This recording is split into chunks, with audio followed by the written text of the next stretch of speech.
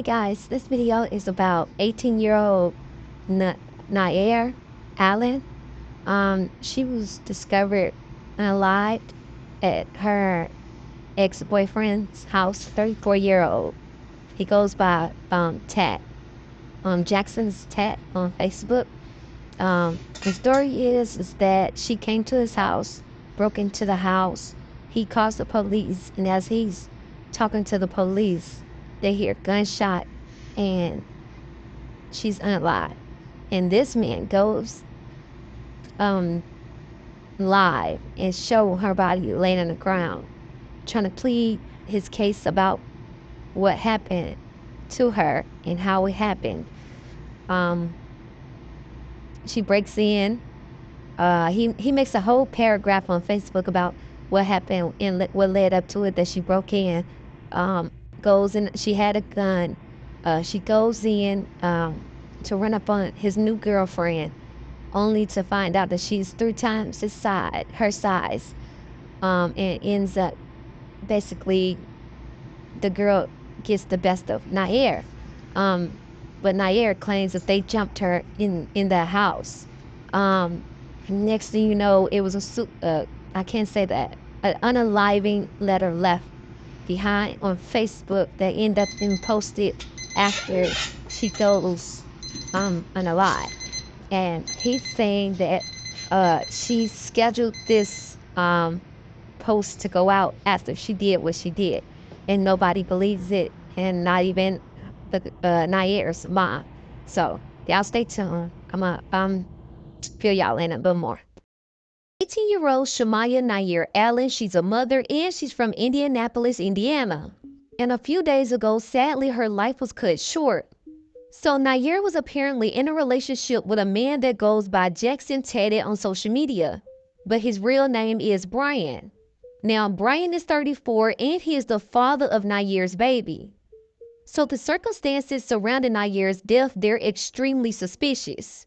Now, seeing as that this is the only POV that we have, I'm going to tell you guys the story from what Brian posted on his social media. So we know that him and Nyair, they share a son. But Brian is saying that he also had another girlfriend. Now, he's saying that on the night that everything took place, Nyair came over to his house while this girl was at his house. From what he's saying, Nyair broke into the house and a fight broke out between Nyair and that other girl. The other girl was 3 times her size, so he's saying that the other girl basically got the best of her. Now, y'all, there is a lengthy social media post on his Facebook, so if you want to go over there and look at that, his name is Jackson Teddy on Facebook. But to sum it up, after that fight, he's saying that he got Nyair out of his house by telling her that he called the police. Now, this is where the story gets kind of weird, because even though he said that he got Nyair out of the house, he's claiming that she broke back inside of his house. So eventually the police do come, and while he's at the door talking to the police, Nyair is inside of the house, and that's when they hear a shot being fired. From what he's saying, that's when the police discovered her suffering from a GSW. He's saying that Nyair did this to herself. So the trouble that everybody is having on social media is the events that occurred after the fact. So y'all, after she was already gone, there was an unaliving letter that came up on her page. Now, this has everybody scratching their head, because how could she have posted this letter if she was already unalive? Another thing about this letter is the entire letter is about Brian. In this letter, she speaks hardly of Brian. She's saying that everything was her fault. And it just doesn't seem like somebody who's about to unalive themselves is going to write a letter about somebody else. Another thing I have to point out is her mother actually shared the post, and she said that those were not her daughter's last words, and we all know who actually wrote that post. Also, you guys, somebody exposed messages from Brian that he sent to somebody else. And in those messages, that person confronts him about writing that fake letter. And y'all, in his response, he basically kind of admitted to writing it, saying that he was receiving threats and people were saying they're going to do something to him. In so many words, he admitted to writing it in order to protect himself. But then Brian would take to Facebook and say, look, I didn't write that post. She actually scheduled that post before she passed away. Now, he's claiming that Nyair asked him how to schedule a post. And he's saying he had no idea that she was asking him that so she could schedule a post for her own unaliving. Now, y'all, let me say this. There are too many coincidences in this case. You can tell from the beginning that this was a very toxic situation. She was 18, he was 34. Not to mention, they already had a 1-year-old child, meaning that they had to meet each other before she was of age. Now, let me say this. Everyone is innocent until proven guilty. We're not accusing anyone of anything. But the way Brian is trying to paint himself as this savior, as this person who tried to help her, every post that he has made since she has passed has basically looked exactly like that unaliving letter. Now, let me say this, you guys. I don't know what happened at that house.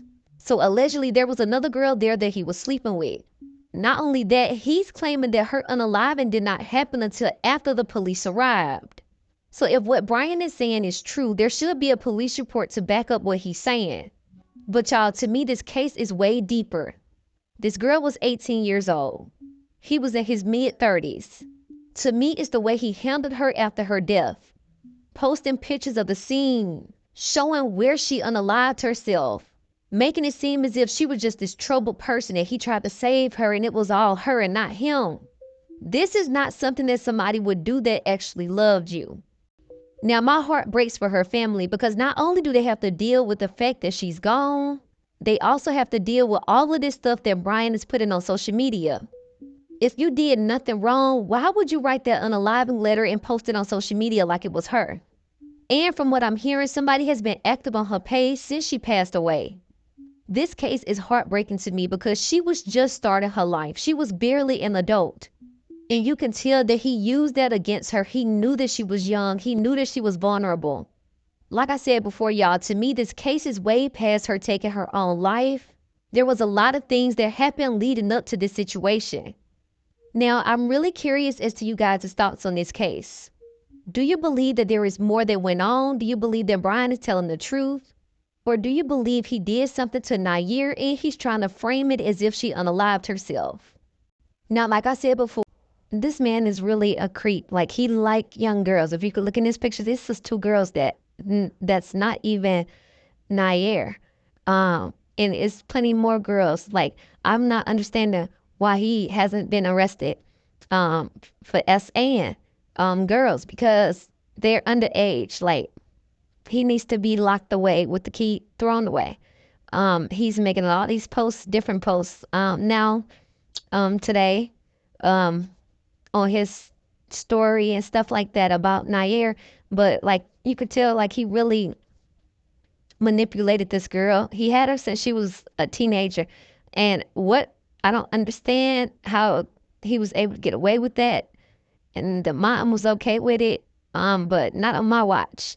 It wouldn't have been happening because they have 2 kids together. And from my understanding, they have a 1-year-old, and I don't know if she's currently pregnant or she had that baby. But yeah, so that means she's 18 now, just turned 18, and he's 34. Y'all do the math.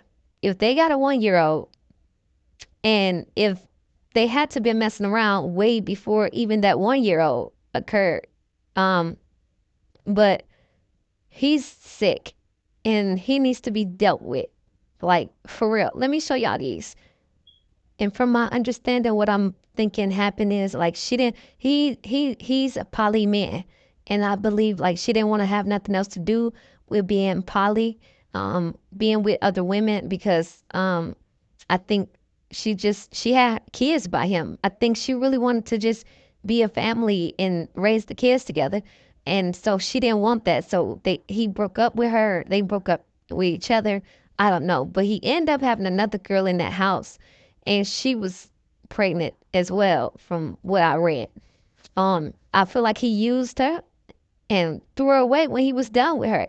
And that's not right. But I hope they find out if that really happened, if she really unalived herself, or if he played a part in that, because he needs to be handled. Like, justice needs to be served for this young lady. She was a beautiful young girl, and she got caught up with a grown man that groomed her, manipulated her, and you can look at these videos and the pictures, you could tell she's a kid. Like, she's literally a kid, and he just had fun with her, just right along with the rest of the girls that he had. He was able to be able to do these type of things with these young girls because they mind ain't developed. They think it's okay. They think it's cute until they realize it's not. This man called the police on her, had her locked up, had their child son taken from them because of the domestic dispute. He so many things, like even he had a domestic on her at a point, and she was a kid at the time. She was 17 when it happened. And the police, I don't understand why the police didn't do something, check into that then when they locked him up for fighting her. But what she do? She didn't press charges. She didn't go to court. She didn't do none of that because she didn't want him to be locked away. That she loved him that much that she was trying to keep her family together. But in the end, it cost her life. And that's just sad. And I hope and pray that they find out what really happened in that house. Like, they say that the police was at the door with him. As soon as he opened the door, the police was there. Then they heard a gunshot. Um, I wonder if that's true, but I'm gonna keep y'all posted on this story. Hopefully, more stuff comes out in the future on what really happened. Justice for Nyair. This is a sad case.